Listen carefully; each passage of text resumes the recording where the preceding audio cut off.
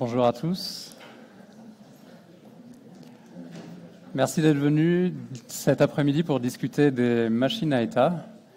Donc, avant de commencer, je voudrais lever la main si vous savez à peu près ce que c'est une machine à état, même si vous en avez jamais utilisé, pour avoir une idée.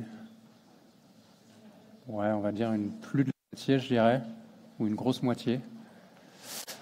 C'est un concept qui est assez connu, assez vieux, assez répandu, donc je pense qu'il y a beaucoup de gens qui savent à peu près ce que c'est.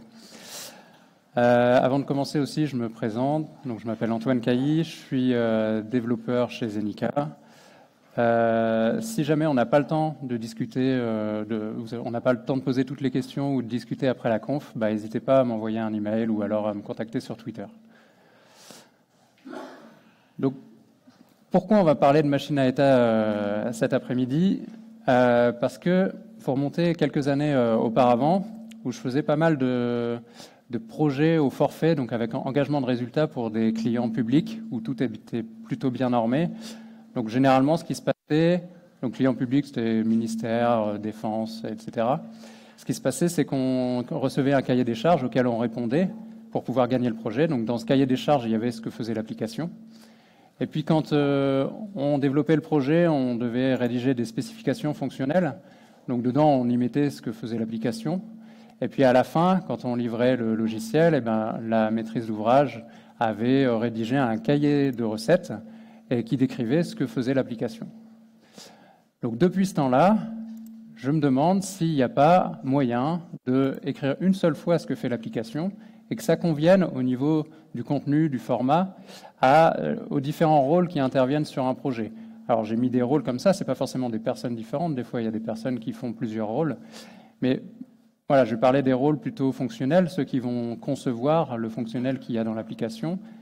Les rôles développeurs, ceux qui vont faire l'appli, testeurs qui vont la tester, et doc, ce qui va consigner le fonctionnel sous un format compréhensible et périn dans le temps. La question, c'est est-ce que les machines à état, c'est un candidat intéressant pour répondre à cette ambition. Je vais essayer je vais découper les choses en deux parties. Déjà, je vais expliquer ce que c'est les machines à état et puis ce qu'on peut faire avec. Et puis ensuite, si vous êtes convaincu, vous allez forcément vous poser la question, est-ce que c'est adapté à mon contexte? Et là, je vais essayer de donner des pistes de réflexion. Donc les machines à état, c'est quoi? On va commencer par une petite démo. Donc là, j'ai ma machine à état qui s'appelle Demo Brescamp. Donc comme c'est une machine à état, je vais commencer par créer un état. Donc dans mon exemple, on va faire un formulaire, une page où il y a un formulaire à remplir. Et ce formulaire, une fois qu'on l'a rempli, on va le valider. Et on va arriver dans un état qui va s'appeler traitement. Cet état-là, il est un peu spécial parce que quand on va rentrer dedans, on va invoquer un traitement. Donc, par exemple, on va exécuter une requête HTTP. Et quand ce traitement va être terminé, on va pouvoir naviguer vers une nouvelle page. N'importe laquelle, ce n'est pas très important. Il ne faut pas oublier que peut-être que le traitement va échouer. Et dans ce cas-là, on va revenir vers l'état formulaire initial. Alors, ce qui est bien, c'est de donner un peu de retour à l'utilisateur. Alors, quand on va avoir une erreur, on va exécuter une action, afficher un message d'erreur. Et quand on va avoir un succès, on va exécuter une action, afficher message succès. Voilà, donc voilà la machine à état de notre traitement. On a 3 états. On a des transitions entre les états qui sont déclenchés par des événements. Et on a un petit état un peu spécial qui, au lieu d'être un état classique avec des événements arbitraires qui vont partir de cet état-là, en fait, ça va lancer une requête et on va avoir un événement down et un événement error à capter.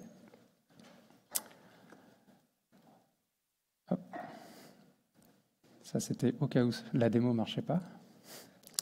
J'ai pris cet exemple-là volontairement parce que remplir un formulaire, exécuter une requête et faire des trucs en fonction, c'est quelque chose qu'on voit un petit peu partout dans les applis web, du coup, en particulier.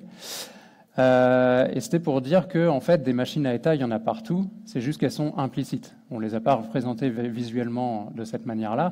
Mais en fait, dès que vous manipulez plusieurs états avec des transitions, en fait, c'est une machine à état que vous faites.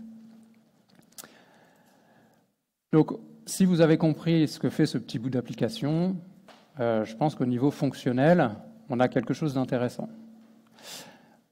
On va essayer de regarder côté dev, qu'est-ce qu'il en est. Pour ça, on va utiliser une librairie qui s'appelle Xstate. Alors, l'éditeur que j'ai utilisé, il est fait par une boîte qui s'appelle Stately. Et les gens derrière, c'est eux qui ont, les gens qui ont fondé cette boîte, c'est eux qui ont créé la librairie Xstate, qui est dans l'écosystème JavaScript la librairie la plus mature pour faire des machines à état. Donc Xstate, lui, la machine à état, il va falloir lui spécifier sous forme d'un objet JSON qu'on a ici. Cet objet, je l'ai pas écrit à la main. En fait, dans mon éditeur, si je clique sur le petit lien ici, en fait, le JSON, il vient d'ici. OK. Donc, dans ce JSON, on a le nom de la machine, l'état initial, l'état formulaire, et ensuite, on a la liste des états dans la propriété states.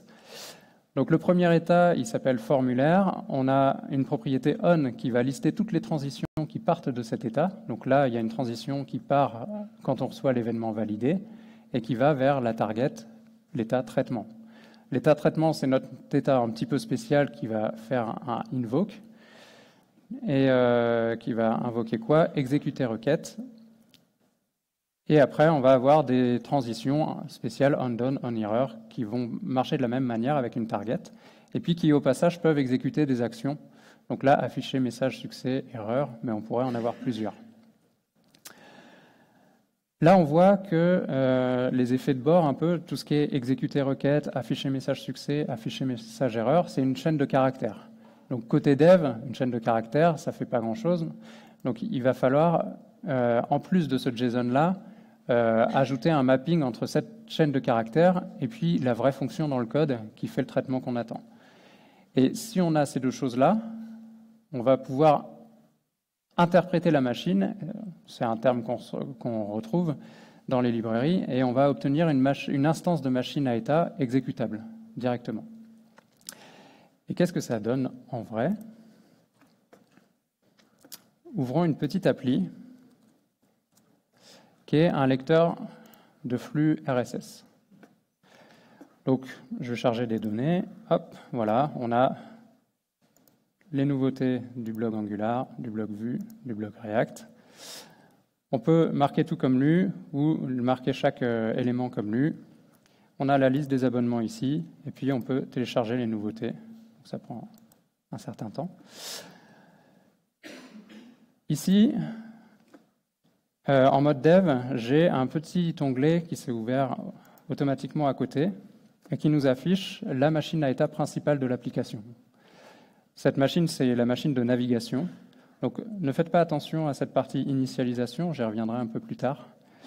Prêtez plutôt attention à ces 4 événements qui, finalement, abonnement, télécharger, sauvegarde, nouveauté, ça correspond à ces 4 boutons-là, auxquels on peut accéder, quelle que soit la page.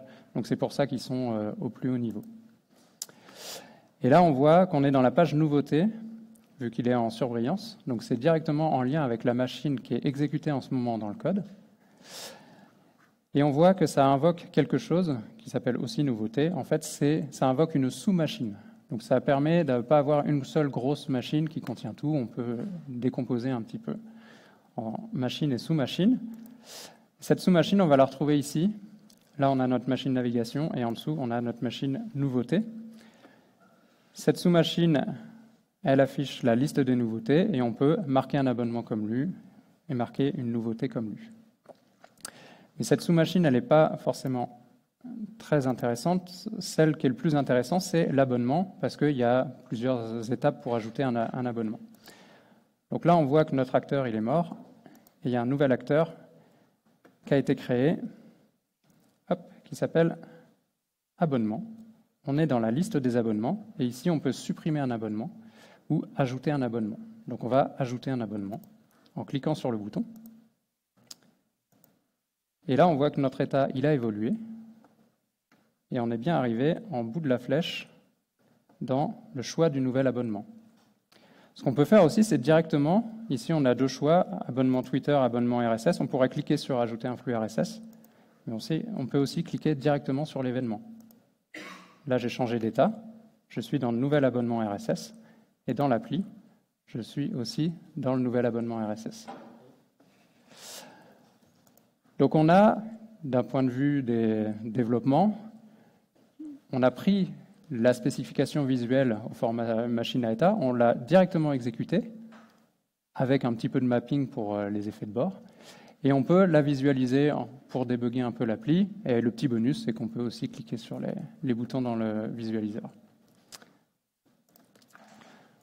Donc c'est plutôt sympa comme outil. On va voir ce que ça donne côté test. Mais avant de passer au côté test, laissez-moi vous raconter une histoire. Il était une fois, pendant le développement de l'appli FaceTime, une user story à implémenter. En tant qu'utilisateur, quand je swipe vers le haut, un bouton apparaît qui permet d'ajouter une personne. Et quand je clique sur ce bouton, ça ajoute une personne dans la conversation de groupe. Très bien, j'implémente ça, je crée ce bouton, ajouter une personne. Quand on clique dessus, ça déclenche l'envoi de l'invitation. Cette invitation, faut attendre pour que la personne y réponde. Et je peux capter quand la personne y a répondu. Et quand la personne y a répondu et a accepté l'invitation et a rejoint le groupe, dans ce cas-là, je peux établir les connexions audio et vidéo entre la personne qui vient d'arriver et les différents membres du groupe. Tout se passe bien quand tout à coup, quelqu'un a une idée. Il démarre un appel FaceTime avec Alice. Il clique sur le bouton « Ajouter une personne ». Il s'ajoute lui-même dans le groupe. Il est déjà dans le groupe, donc pas besoin d'attendre. Du coup, qu'est-ce que ça déclenche? Ça déclenche la connexion avec les autres membres du groupe, en l'occurrence Alice, et ce, même si elle n'a pas encore accepté l'appel. Ce qui fait que le téléphone est en train de sonner chez Alice, et moi, je peux regarder ce qu'il y a. Je peux regarder et écouter ce qu'il y a chez Alice. Donc ça, c'est un vrai bug. Ça fait un peu de bruit parce que FaceTime, c'est un petit peu utilisé. Mais ça, c'est intéressant de voir que finalement, on n'a pas beaucoup d'intervenants dans l'histoire, on n'a pas beaucoup d'états finalement non plus par intervenant. Et malgré ça, on a des combinatoires d'états qui sont assez importantes pour qu'on passe à côté d'un cas particulier, en l'occurrence celui-là. Ça, c'est ce qu'on appelle le state explosion. En fait, la combinatoire d'états, elle explose très vite. C'est très facile de plus pouvoir tout gérer. Et c'est un peu la raison d'être des machines à état, en fait. C'est pour limiter, pour pallier ce problème-là. Pourquoi? Parce que dans le développement classique, on va dire, hop là, je prends de l'avance. Dans le développement classique, on va avoir cette combinatoire d'états qu'on va prendre comme un fait, et puis on va essayer de le limiter, donc d'essayer d'anticiper, que ce soit dev ou testeur, tous les cas un peu tordus qu'on ne voudrait pas accepter, et essayer de les empêcher. Dans le cas d'une machine à état, ça va être un petit peu différent comme approche, c'est que par défaut, rien n'est possible. Et uniquement ce que sera dans la machine à état sera possible. Donc là, par exemple, imaginons, je suis dev, je me suis occupé d'ajouter le bouton et j'ai oublié de le désactiver quand le contact n'était pas établi avec Alice, côté front. Donc le bouton n'est pas désactivé, donc on peut cliquer dessus. Donc ça envoie un événement, ajouter une personne à la machine à état. Et la machine à état, comme elle est dans l'état ça sonne, elle dit, moi je ne sais pas quoi faire, je ne fais rien. Au pire, elle met un petit message dans les logs pour les développeurs, attention, événement non matché, mais elle ne fera rien. Elle ne fait que ce qui est défini dedans. Donc ça veut dire, pour les testeurs, que ça ne sert à rien de tester un chemin qui n'est pas dans la machine. Et ça, au niveau test exploratoire, c'est plutôt sympa. Ça limite déjà pas mal le boulot. Et un testeur, quand il teste l'application, finalement, à quoi ça revient? Ça revient à interagir avec l'interface utilisateur. Cette interface utilisateur, elle va déclencher des événements qui vont être envoyés à la machine à état. La machine à état, elle va prendre cet événement, il va y avoir des transitions d'état, des actions déclenchées, etc. Elle va renvoyer le nouvel état à l'interface utilisateur qui va l'afficher, et le testeur va vérifier que l'état affiché est bien celui qu'il attend. Et ça, interagir et vérifier quelque chose sur une interface, on sait le faire avec des tests end-to-end qu'on utilise une machine à état ou qu'on n'en utilise pas. Si on utilise une machine à état, ce qui va être intéressant avec les tests end-to-end, c'est qu'on va pouvoir, alors hop, dans notre exemple par exemple, on va utiliser Cypress pour remplacer le testeur. Et donc avec Cypress, on va pouvoir, pour chaque état, définir ce qu'on veut vérifier. Donc Cypress, on va chercher le titre, on va vérifier que c'est le bon titre de la page dans laquelle on est censé être. Et puis pour chaque événement, on va chercher ce qu'on veut simuler, parce que l'événement, ça correspond à une action. Et donc là, par exemple, valider le remplissage d'un formulaire, et bien on va remplir les champs automatiquement, et puis on va cliquer sur le bouton valider le formulaire. Et donc là, on a une machine à état qui nous dit tout ce qu'il est possible de faire dans l'application, tous les chemins de l'application possibles. Pour chaque état, on sait comment le vérifier. Pour chaque événement, on sait comment le simuler. Donc est-ce qu'on ne pourrait pas imaginer d'écrire les 4 tests automatiquement, en fait, de déterminer tous les chemins possibles qui vont, par exemple, passer par tous les états de la machine, ou alors tous les chemins qui vont passer par toutes les transitions de la machine. Et finalement, c'est même plus au testeur d'imaginer tous les 4 tests possibles, ça peut être listé automatiquement. Et ça, c'est ce qu'on appelle le model-based testing. Et voilà un exemple. Si je lance Cypress,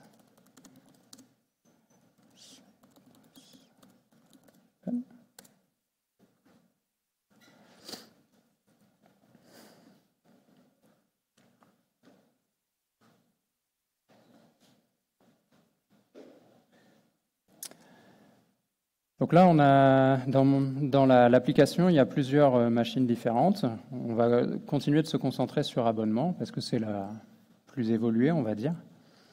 Donc si je clique dessus et que j'exécute les tests, on va avoir une série de tests que je n'ai pas écrits et qui va essayer d'atteindre tous les états. Voilà, ça fait plein de choses. Et à la fin, ça fait même une phase de couverture. La couverture, ça vérifie juste qu'on est passé par tous les états. Comment on fait ça dans le code, concrètement? On va aller chercher notre machine. Donc notre machine, c'est le JSON de tout à l'heure qu'on a juste donné à une fonction createMachine. Donc on retrouve l'état initial, les états, une petite description ici, les transitions. Entry, c'est une action spéciale qui est déclenchée à l'entrée. Quand on arrive dans l'état, on peut dire déclenche ça. Il y a aussi l'exit, l'action qu'on peut déclencher quand on sort de l'état. C'est du sucre syntaxique parce que finalement on peut faire ça en faisant un pré-état et un post-état. Mais ça évite de multiplier les états dans la machine. Donc on a notre machine, et à côté on a un fichier Cypress associé à la machine, dans lequel on va se mettre dans l'état initial qui nous plaît, donc le bon lien de la page, on va charger les données fictives, et après on va générer les tests avec ça. Donc ce test modèle, c'est notre machine qu'on a importée, auquel on a donné toutes les méthodes de vérification des states. Donc pour la liste des abonnements, on cherche un titre qui s'appelle abonnement. La liste de suppression des abonnements, on cherche un titre qui s'appelle... l'état suppression d'un abonnement, on cherche un toast qui indique que l'abonnement a été supprimé, etc. Un titre, un toast. Pour ça, c'est assez basique. Donc cette machine, on l'enrichit des vérifications de chaque état et puis des simulations de chaque événement. Ici, c'est du React. La syntaxe est propre à la lib et au React. Ce n'est pas forcément le plus intéressant, vu que ça va changer d'un framework à l'autre, cette glue entre la machine et le framework. Mais les principes vont rester les mêmes. Donc ici, on a l'événement. Donc ajouter un abonnement, ça va cliquer sur un bouton. Beaucoup d'événements, ça va être cliquer sur un bouton. Des fois, on va avoir remplir un formulaire. Donc ça va juste chercher un champ portant le nom name, mettre quelque chose, portant le nom URL, mettre quelque chose, cliquer sur le bouton valider, etc. Et une fois qu'on aura cette machine plus la vérification des états, la simulation des événements, on obtient ce qu'on appelle un test modèle. Et ce test modèle, il y a une fonction qui est déjà pré-implémentée dans le package xstate test, qui s'appelle getSimplePassPlan et qui va déterminer un ensemble de chemins simples, sans aller-retour, de manière à atteindre tous les états. Donc c'est un truc qui est assez basique, il n'y a pas 36 000 façons de le faire, donc ils l'ont proposé par défaut. Si on voulait faire passer par toutes les transitions, là c'est un peu plus... Il y a plus de cas un peu spéciaux, donc ce n'est pas proposé par défaut, mais il y a tout ce qu'il faut pour le faire à la main si on veut le faire. Et donc ensuite, ça va récupérer chaque chemin et ça va créer un test. Donc la syntaxe des tests JavaScript, là c'est describe avec le nom du test et puis la description ici. Donc ça, c'est quelque chose, ce petit bout de code là, c'est quelque chose que je vais pouvoir copier-coller d'une machine à l'autre, juste en changeant l'import de la machine, et puis ça va marcher, et en changeant bien sûr les simulations d'états et d'événements, mais sinon ça va marcher pareil. Donc voilà, c'est un peu le côté magique, côté test, que peuvent apporter les machines à état, vu qu'on sait ce qui est possible. C'est un domaine fini. OK pour le test. Maintenant, niveau doc, qu'est-ce que ça peut donner? L'idée derrière la doc, c'est notre outil, notre représentation visuelle qu'on a faite dans l'outil tout à l'heure. Eh ben, je ne peux pas la mettre dans un Word ou quoi que ce soit. Donc, j'aimerais bien quand même. Donc, comment je peux l'exporter sous quelque chose qu'on peut imprimer, publier? Et là, je vous propose de l'exporter au format Markdown. Donc, si je reviens dans le code, juste à côté de ma machine, des tests Cypress, des événements Cypress, des states Cypress, j'ai encore deux fichiers. Un fichier doctest.ts qui ne va pas être très long non plus. Donc ça va terminer par écrire un fichier Markdown, c'est ça qu'on veut in fine. Et qu'est-ce que ça va écrire dans ce fichier Markdown? Ça va écrire le résultat de machine to Markdown. Qu'est-ce que ça fait machine to Markdown? Ça fait plein de choses, mais on va faire un zoom sur machine to Mermaid. Mermaid, c'est un langage, c'est un format textuel pour décrire des graphes visuels. Au lieu de dire... en gros, on va spécifier qu'on veut écrire un diagramme Mermaid de type state diagramme. On va lui dire tous les états, toutes les transitions qui existent, et lui, il va nous représenter ça de manière visuelle. Donc, qu'est-ce qu'on fait ici? On va prendre notre machine, on va extraire le graphe de cette machine. Donc ça, c'est un package pareil qui est mis à disposition par xstate. Donc, à partir de la machine, on va obtenir des états qui vont être dans le graph.statenode.state et la liste des transitions, directedgraph.children. Si on a des nœuds et des transitions, là, on peut faire notre dessin comme on veut. Donc, on va écrire au format Mermaid chaque état, chaque transition, et on va obtenir ceci. Là, on ne va pas obtenir ceci, on va obtenir ceci. Donc là, on a un truc un peu imbuvable. Ça, c'est l'état d'initialisation.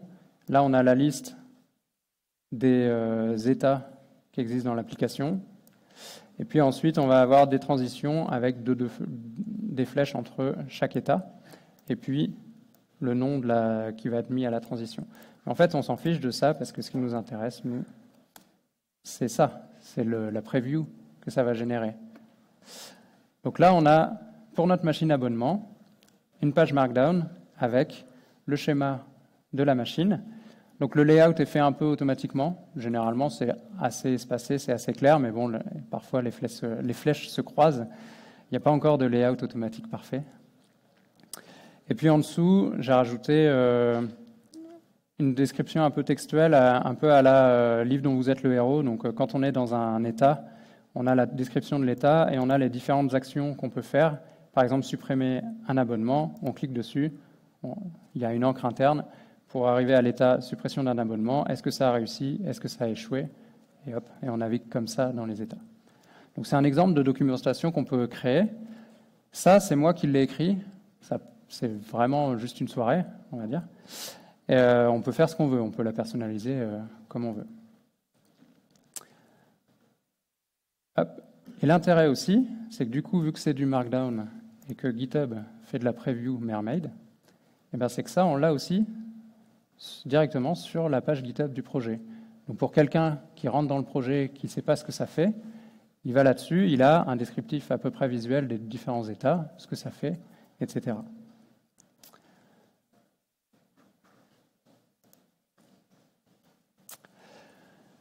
Donc, globalement, on voit que ça peut répondre à une partie des exigences de chacun des rôles, donc que c'est un candidat intéressant. Mais maintenant, pour dire est-ce que c'est le bon candidat, il faut le relier au contexte.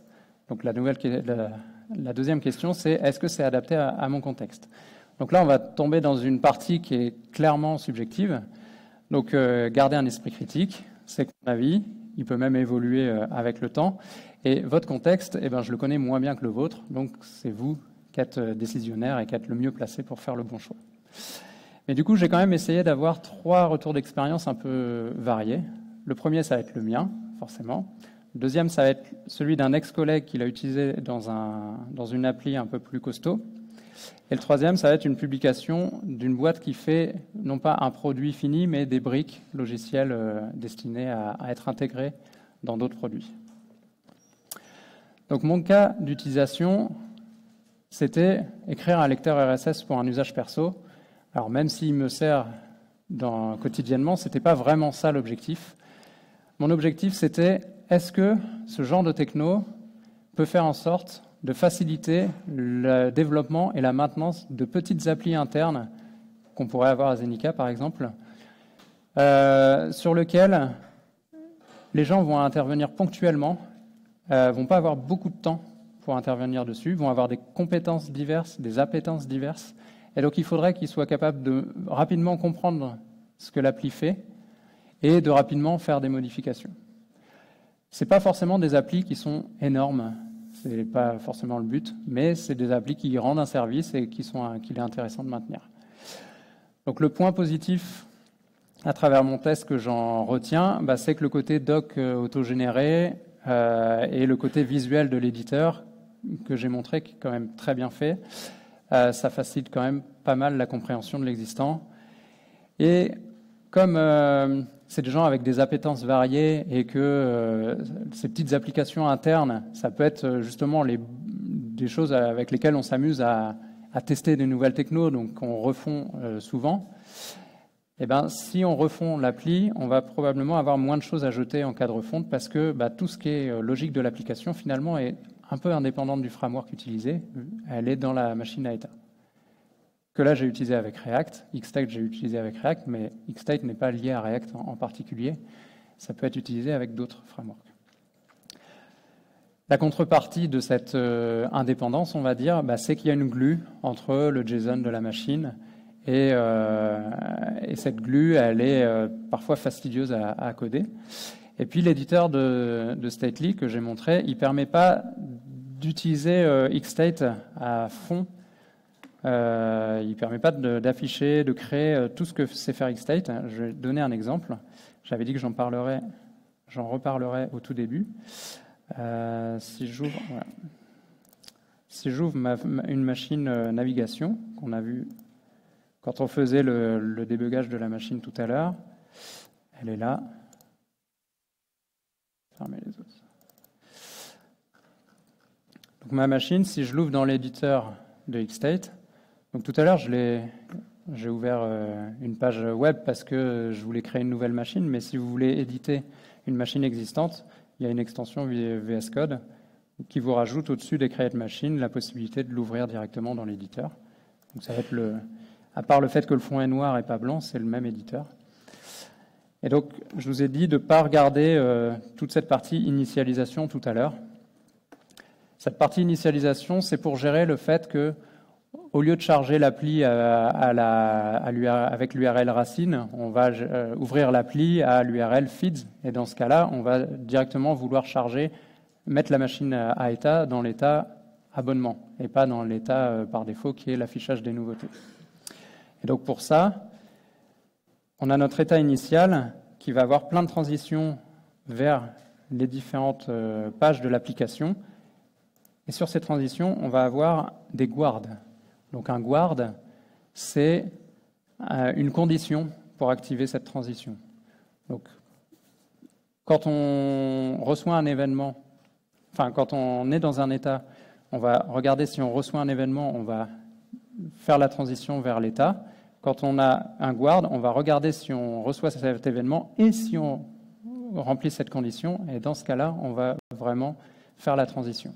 Ce qui nous permet d'avoir un même événement qui va faire des choses différentes suivant les différentes conditions qu'on lui passe. Ici, c'est pas très gros.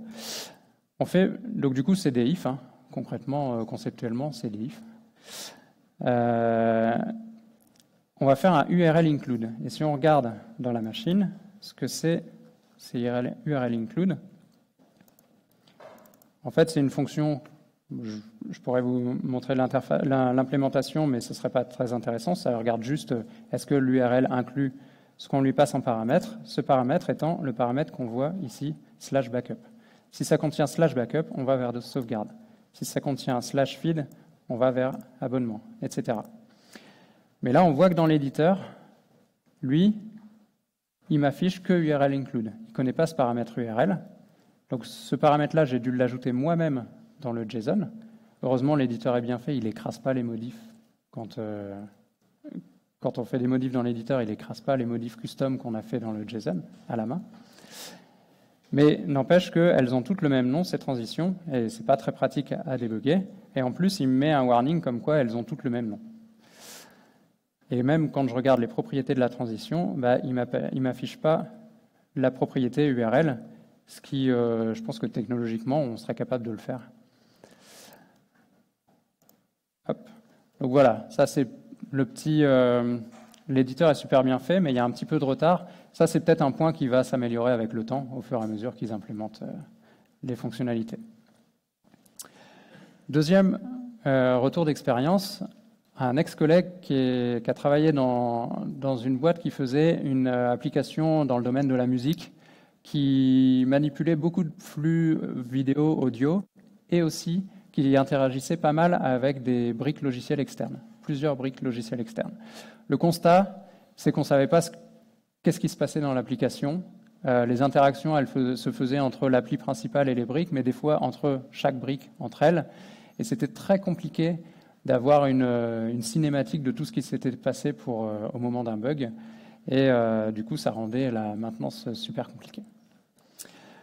L'idée, ça a été de refondre une bonne partie de l'appli pour centraliser les interactions dans une machine à état et ainsi d'avoir quelque chose de plus visuel, de plus centralisé et de plus visuel. Le retour, c'est que l'application a continué de se complexifier et c'était le jour et la nuit entre avant et après. Et ça a même eu un effet un peu inattendu, c'est que pour les nouvelles fonctionnalités, comme on avait un éditeur visuel, on pouvait s'amuser à créer les nouveaux états, dire quelles actions elles allaient lancer, etc., de manière toute simple, sans avoir à coder forcément l'implémentation qu'il y avait derrière. Et ça faisait un support de discussion, donc il y a un côté collaboratif en plus, qui est amené par ce côté visuel. Ils faisaient même des pull requests en fait où il y avait juste la modif de la machine et après chacun, comme c'était une boîte un peu remote, chacun venait faire des commentaires sur. Moi je l'appellerais plutôt cette action-là. Moi je la lancerais plutôt à ce moment-là, etc., etc. Le point négatif, c'est que ça a nécessité de refondre une partie de l'existant. C'est évident, mais c'est quand même assez important pour être cité. Et puis on retrouve ce côté un peu fastidieux et lourd à écrire, dont je parlais juste avant. Troisième retour d'expérience, donc une publication sur un blog de cette boîte qui s'appelle LiveBlocks. Donc eux, ils proposent des briques à intégrer dans des produits pour ajouter un aspect collaboratif au produit. Donc il y a beaucoup d'enjeux de connectivité et d'autorisation derrière. Leur idée derrière leur nouvelle version, c'était, donc j'ai mis un extrait de la publication à droite, en gras j'ai mis l'objectif qu'ils avaient, résoudre tous les bugs connus autour de la connectivité et en particulier ceux qui étaient dans les cas tordus auxquels on ne pensait pas. Le principal désavantage en rouge, c'est que ça a nécessité de réécrire la totalité de leur moteur de connexion. Et les principaux avantages, c'est de réduire le nombre d'états à gérer, donc référence au state explosion dont je parlais tout à l'heure, et du coup d'avoir rendu plus facile le fait de raisonner à quel état on était à un instant T dans l'application. Donc c'est plutôt cohérent. Les trois Rex, finalement, disent un peu tous la même chose, même si c'est des contextes différents, des échelles différentes. C'est qu'on a vraiment un compromis entre un gain en fiabilité et en maintenabilité contre le côté un peu fastidieux d'écrire une machine à état, de faire la glue, etc. Donc, est-ce que c'est adapté à votre contexte ?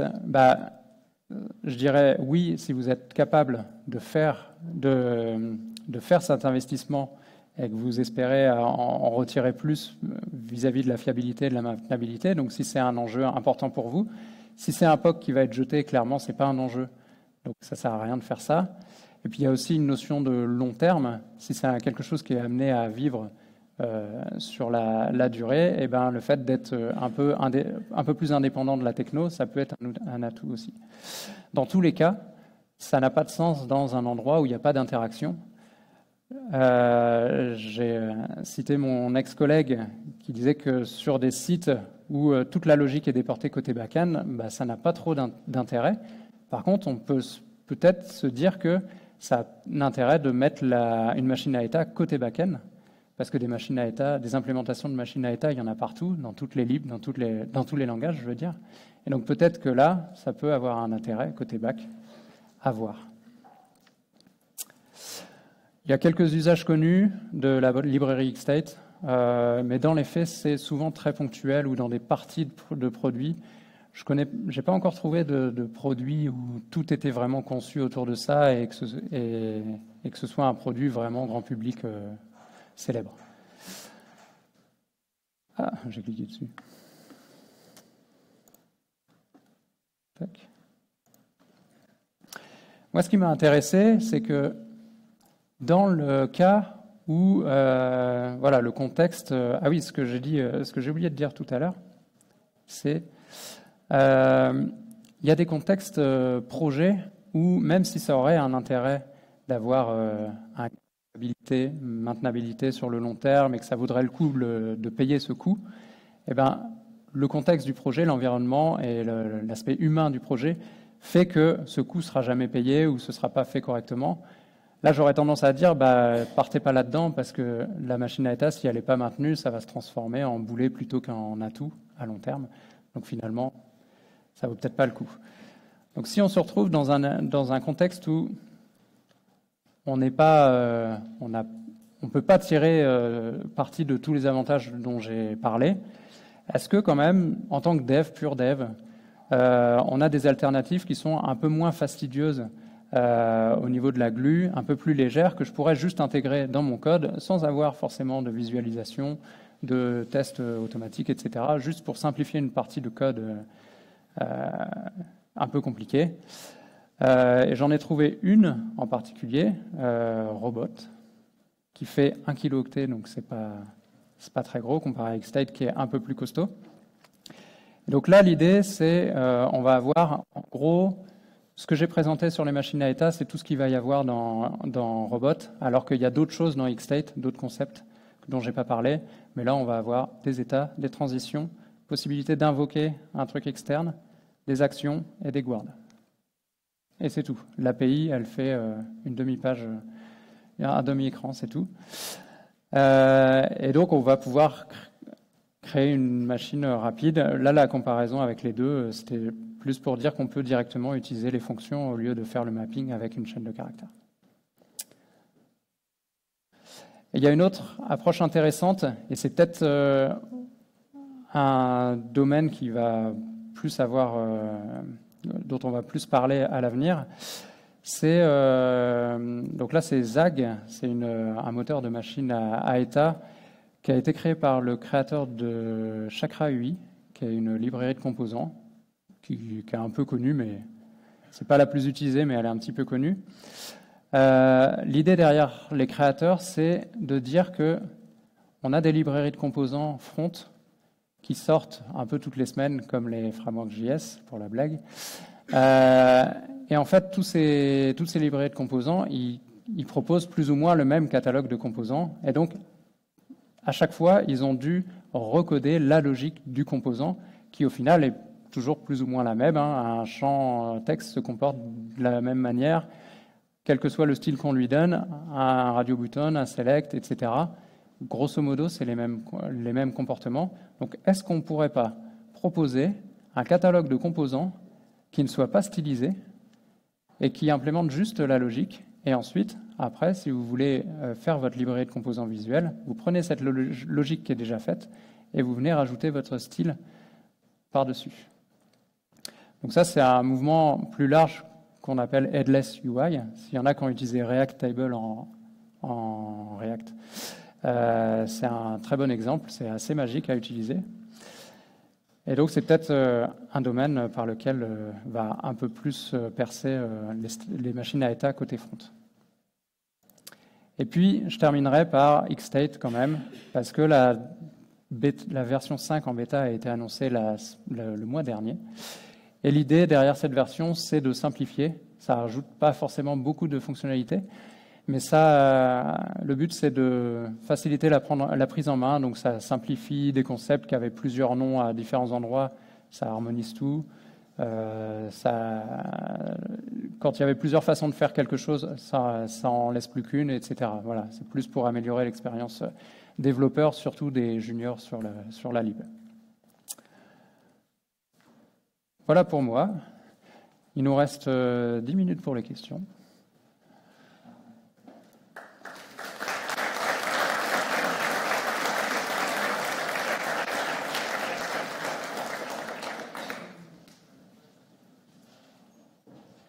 Le micro.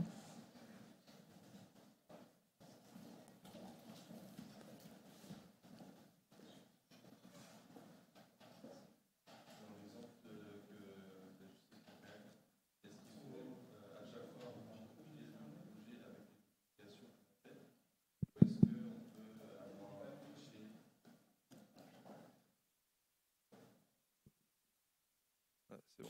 Vous avez entendu le début ou je répète? Je veux bien que tu répètes.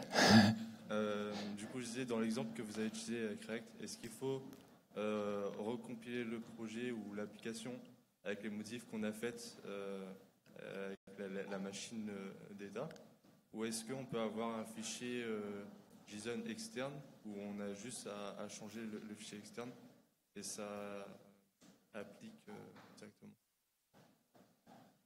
Je ne suis pas sûr d'avoir compris la question. Tu vas me dire si ça y répond. Dans l'éditeur, il permet de directement éditer ce fichier JSON. Si je fais une modif ici, bon, je vais casser ma machine, mais c'est pour la bonne cause. Si je l'appelle télécharger avec plein de R majuscules, ça va automatiquement modifier le fichier JSON ici. Et inversement, si je mets Hop. Normalement. Ah non, peut-être qu'il faut relancer l'éditeur dans ce cas-là. Mais le lien entre JSON, entre l'éditeur visuel et le JSON est plutôt immédiat. Après, si ta question c'est le lien entre le JSON et l'exécution vraiment de l'appli, je ne sais pas ce que ça donne au niveau hot reloading quand on est en dev. Est-ce qu'il va réussir à remplacer directement la machine? Mais je ne suis pas certain. Je pense qu'il faut redémarrer la machine à chaque modif du JSON. Ok, ça marche. Merci pour la présentation. Comment est-ce qu'on s'assure qu'on ne sort pas des états prédéfinis vis-à-vis de l'intégration avec le framework?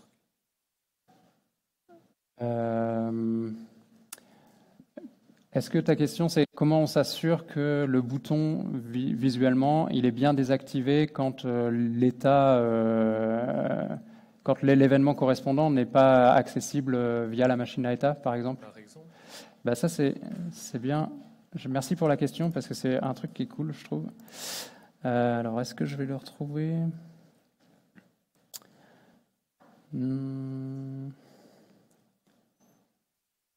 Si, supprimer Par exemple, accéder à une page, ça peut toujours se faire par l'URL, par exemple. Je vais citer l'exemple du bouton pour supprimer un abonnement. Il n'est pas accessible quand on est en cours de suppression, par exemple. Donc là, en fait, ce qui est intéressant, c'est que dans notre machine, donc c'est du React avec des hooks. Donc, désolé pour ceux qui ne sont pas habitués à cette syntaxe. Mais en gros, on récupère notre machine, abonnement, et on récupère deux choses, un état et la possibilité de lui envoyer des événements. Et notre bouton qui se trouve... en fait, c'est un popover, donc visuellement, ça fait ça. Elle ne marche plus. Je l'ai peut-être cassé tout à l'heure. Non, c'est ça. Notre bouton, hop, ça affiche un popover et là, quand on clique là-dessus, là, ça affiche vraiment ça supprime vraiment l'abonnement. Donc, le bouton principal, on va vouloir le désactiver quand on ne peut pas supprimer d'abonnement. Et quand on clique sur le deuxième bouton en rouge, on va vouloir supprimer l'abonnement. Ces deux fonctions-là, comment on va les implémenter avec une machine à état? Est-ce qu'on peut supprimer l'abonnement? En fait, on va demander à la machine à état, est-ce que dans tes prochains événements, tu as supprimé un abonnement? Et du coup, si ce n'est pas le cas, on va considérer qu'il est désactivé. Donc on va directement demander à la machine si c'est possible. Et pour la suppression, eh ben, là, on va directement envoyer l'événement de type supprimer un abonnement avec l'abonnement en paramètre. Est-ce que ça répond à la question? Ouais, cool. Merci. Au passage, ce genre de petit bouton avec la désactivation et puis l'envoi, on pourrait le factoriser et créer un bouton machine à état bouton, je ne sais pas comment on pourrait l'appeler, qui prend en paramètre l'état, l'événement qui doit déclencher, et ça regarde tout seul la machine, est-ce que cet événement est déclenchable, et ça le déclenche derrière, quoi.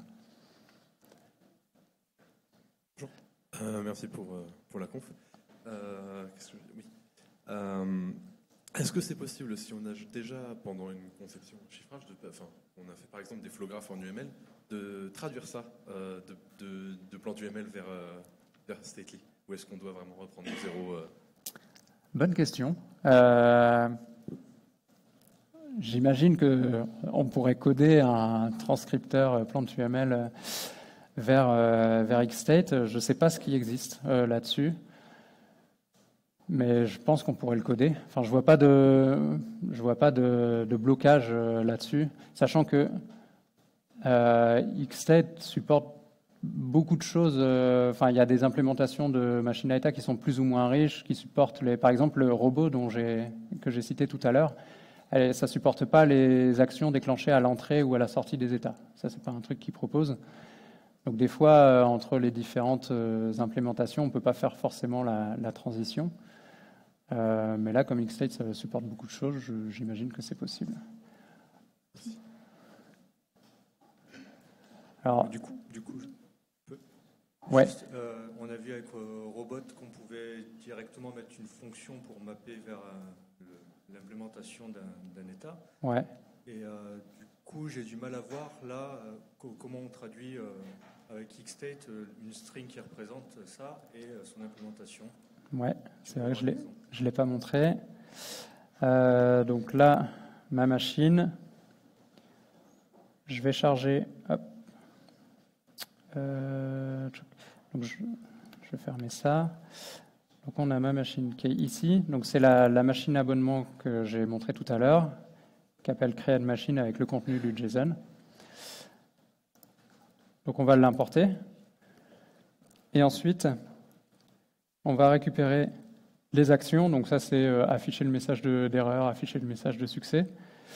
Et ce que Xstate appelle les services. Donc ça, c'est plutôt exécuter la requête ou exécuter une sous-machine.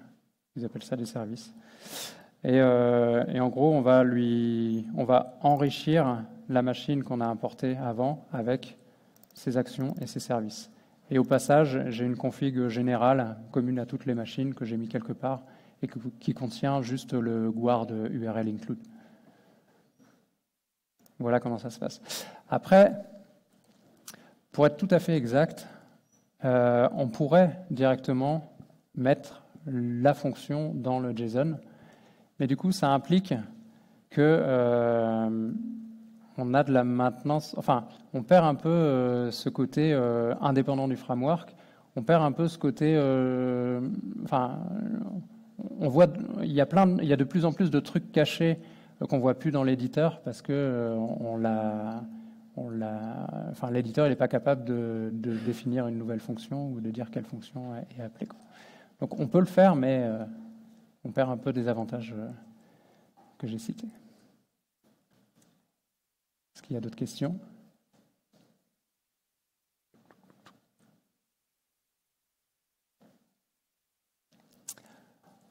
Eh bien, merci. N'hésitez pas à venir me voir après si vous voulez continuer la discussion.